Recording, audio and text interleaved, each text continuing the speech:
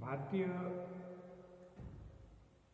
प्रतिनिधि विचारकों की श्रृंखला में हम समाजवादी विचारकों का अध्ययन करेंगे और समाजवादी विचारकों में प्रमुख हैं जयप्रकाश नारायण, डॉक्टर राम मनोहर लोहिया, नरेंद्र देव। परंतु उससे पहले हम ये समझने का विचार करेंगे कि समाजवादी आंदोलन की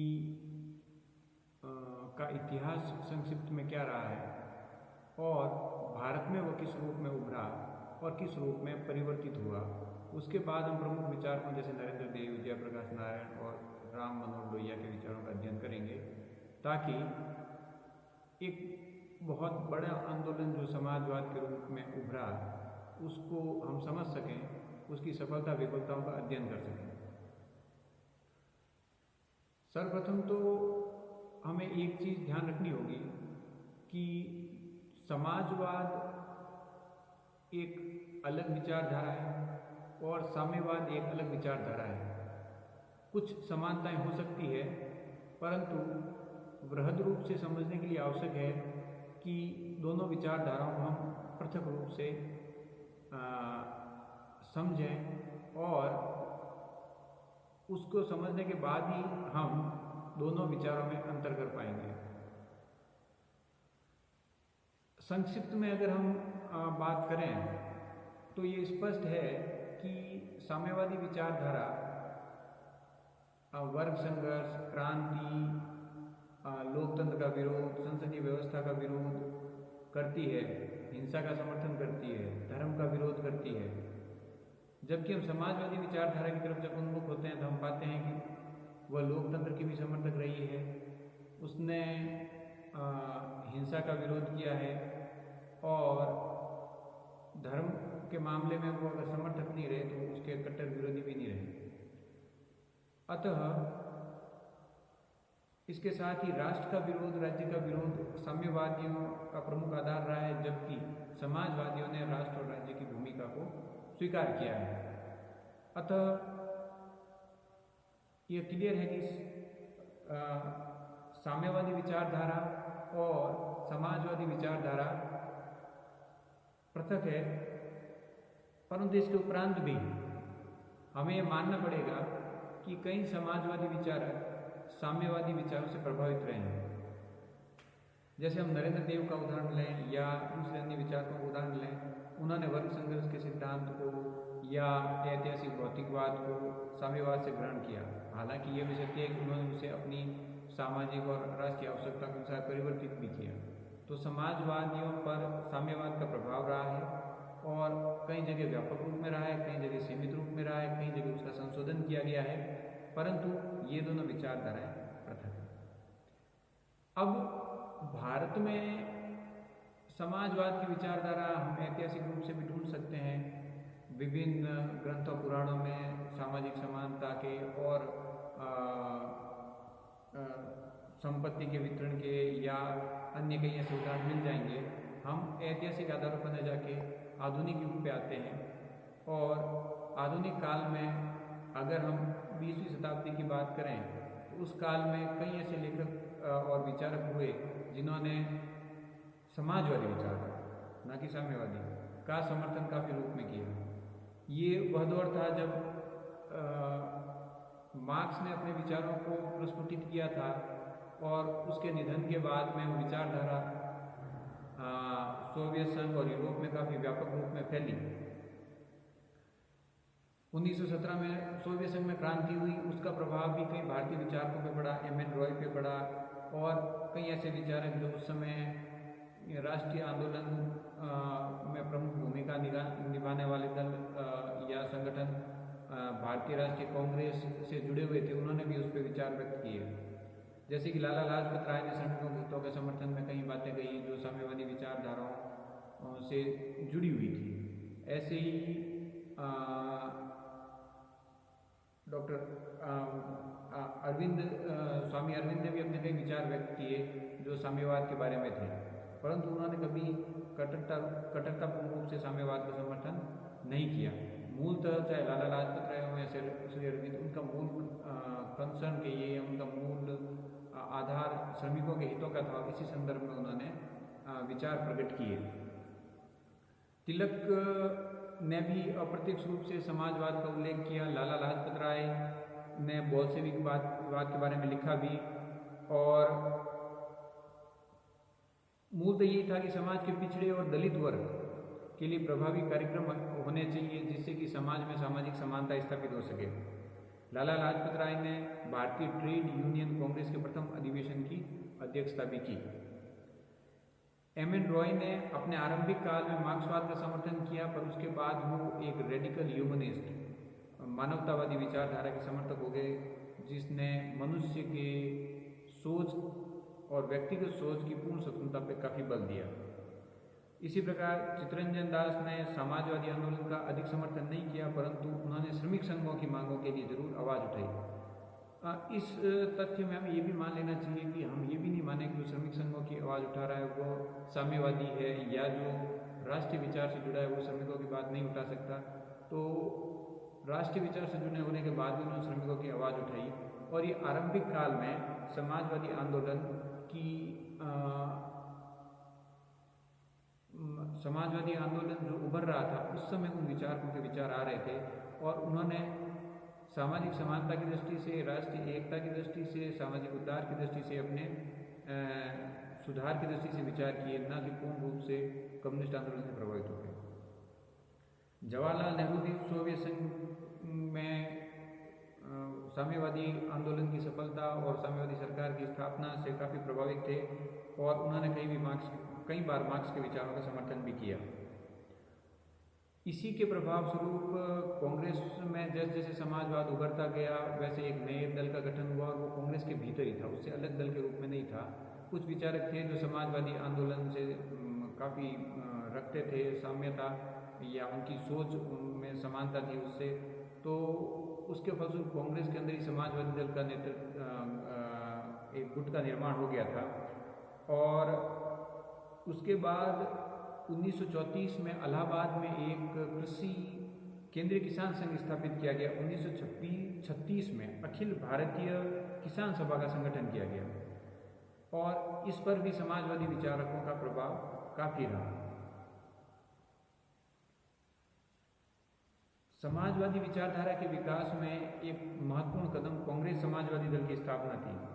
अखिल भारतीय स्तर पर कांग्रेस का प्रभाव था, और विभिन्न राज्यों में और प्रांतों में इसी तरह से अलग अलग समाजवादी विचार के व्यक्ति थे, उनको संगठित करके, और अभी भी कांग्रेस के भीतर ही था, एक भारतीय साम्यवादी दल का गठन या कांग्रेस समाजवादी दल का गठन किया गया।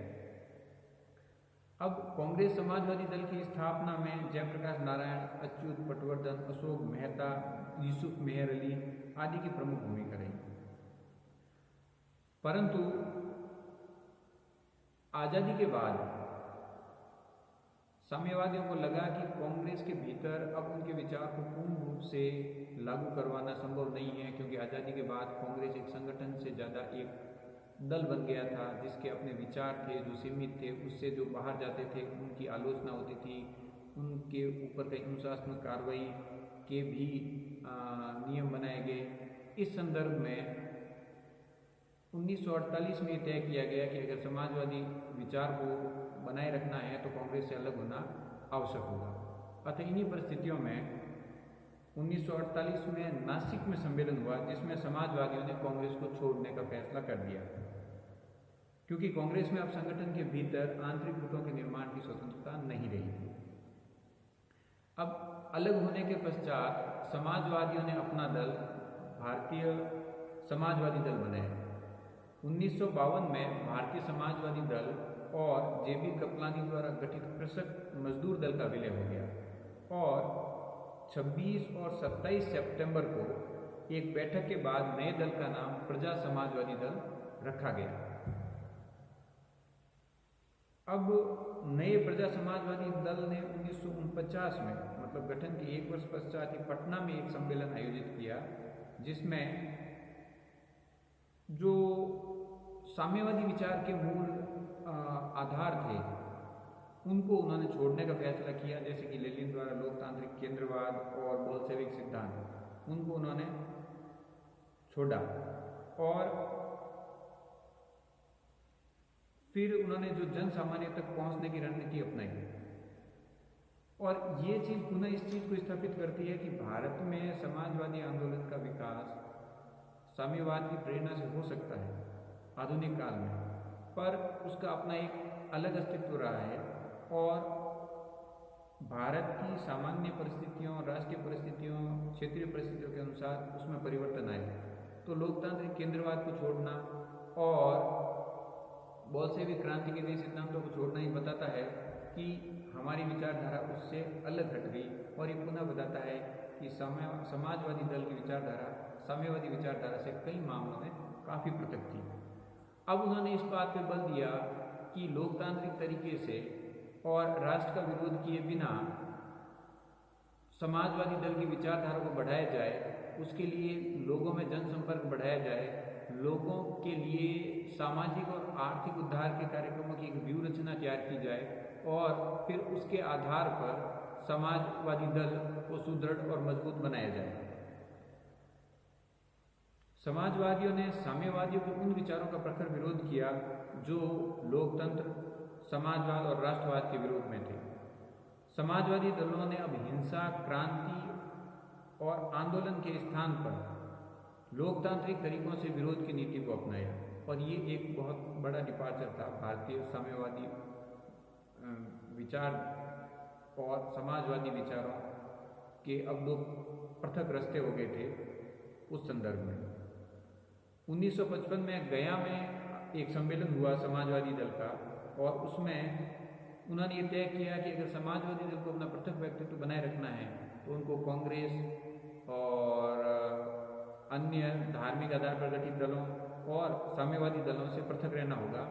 और फिर उन्होंने मुंबई में 1959 में प्रजा समाजवादी दल की राष्ट्रीय कार्यकारिणी की बैठक हुई। उसमें उन्होंने 12 सूत्री एक कार्यक्रम तय किया, जिसमें कृषि का उत्पादन बढ़ाने, कृषि भूमि की सीमा तय करने, दलितों के जीवन स्तर का उद्धार करने और फसलों का उचित मूल्य तय करने, किसानों को ऋण, पुराने ऋण की समाप्ति और उनकी जगह सस्ते ऋण प्रदान करने, भ्रष्टाचार की समाप्ति और पारदर्शिता की स्थापना करने और भ्रष्टाचार विरोधी अधिकरण स्थापित करने, कार्यपालिका और न्यायपालिका को पृथक करने और लोकतांत्रिक विकेंद्रीकरण पर बल दिया।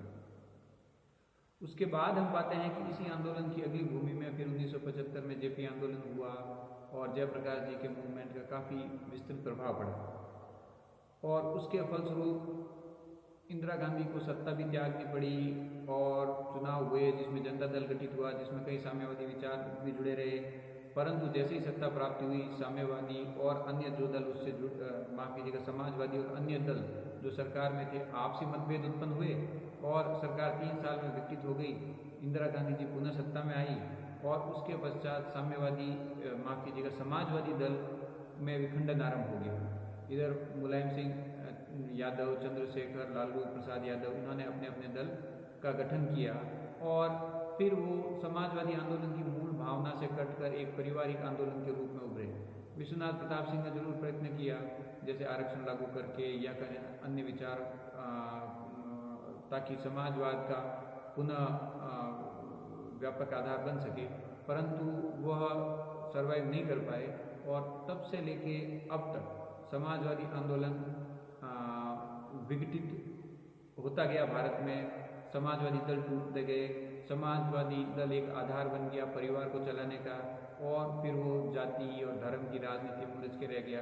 अतः समाजवाद जो एक बड़े वैचारिक स्तर पर आरंभ हुआ था, दलित उद्धार को लेकर आरंभ हुआ था, सामाजिक समानता के विचार को लेकर आरंभ हुआ था, लोकतांत्रिक तरीके को अपना के भारत में सामाजिक और आर्थिक समानता को स्थापित करने और विषमता को दूर करने के लिए हुआ था, वह जाति और धर्म की राजनीति, वह पारिवारिक राजनीति और न्यस्त स्वार्थों में फंसकर अभी काफ़ी हद तक दिशा विमुख हो चुका है।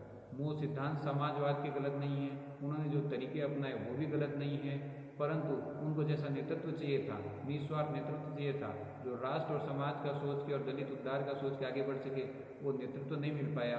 अतः भारत में धीरे धीरे समाजवाद एक पतन की तरफ चला गया। और अभी भी उनके उद्देश्य सही हैं, सही नेतृत्व, सही दिशा प्राप्त हो तो बहुत कुछ किया जा सकता है। आगे की कड़ी में हम विचार करेंगे कि समाजवाद के बारे में और भारतीय जो प्रमुख समाजवादी विचारक रहे हैं उनके क्या क्या विचार रहे हैं।